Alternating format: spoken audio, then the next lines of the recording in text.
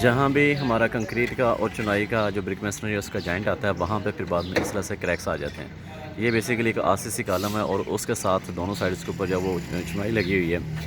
तो जो क्रैक आता है उसकी वजह बेसिकली ये है कि जो कंक्रीट है और जो ब्रिक्स में हैं, इन दोनों की जो प्रॉपर्टीज़ हैं वो डिफरेंट हैं और जो कोएफिशिएंट ऑफ थर्मल एक्सपेंशन है वो भी डिफरेंट है। और टेम्परेचर के साथ जो है वो चेंजेस आते हैं, श्रिंकेज और जो इस सारे क्रैक्स आते हैं। तो अगर तो इसको फिनिश करने का एक तरीका तो ये है कि इस जगह के ऊपर आके जो एक ग्रूव है कंक्रीट के अंदर प्लास्टर में वो दे दिया जाए, तो वो जो क्रैक अपीयर होगा वो उस ग्रूव के अंदर ही रहेगा। और दूसरा तरीका ये है कि अगर सरफेस को फिनिश करना हो जैसा ये फिनिश हुई है, तो उसका तरीका ये है कि इस इतनी जगह के ऊपर ये जो हमारी कॉलम की जैसा मैं दिखा रहा हूँ, इस जगह के ऊपर जो वायर मैश लगा के, जिसको पंजाबी में कुकड़ जाली कहते हैं, वो कुकड़ जाली लगा के तो फिर इस सरफेस के ऊपर जो है वो प्लास्टर किया जाए। और दूसरा तरीका ये है कि फिर यहाँ पे इस तरह कील लगा लिए जाएँ और उसके ऊपर जो बाइंडिंग वायर है वो लगा के, तो वो भी किया जा सकता है।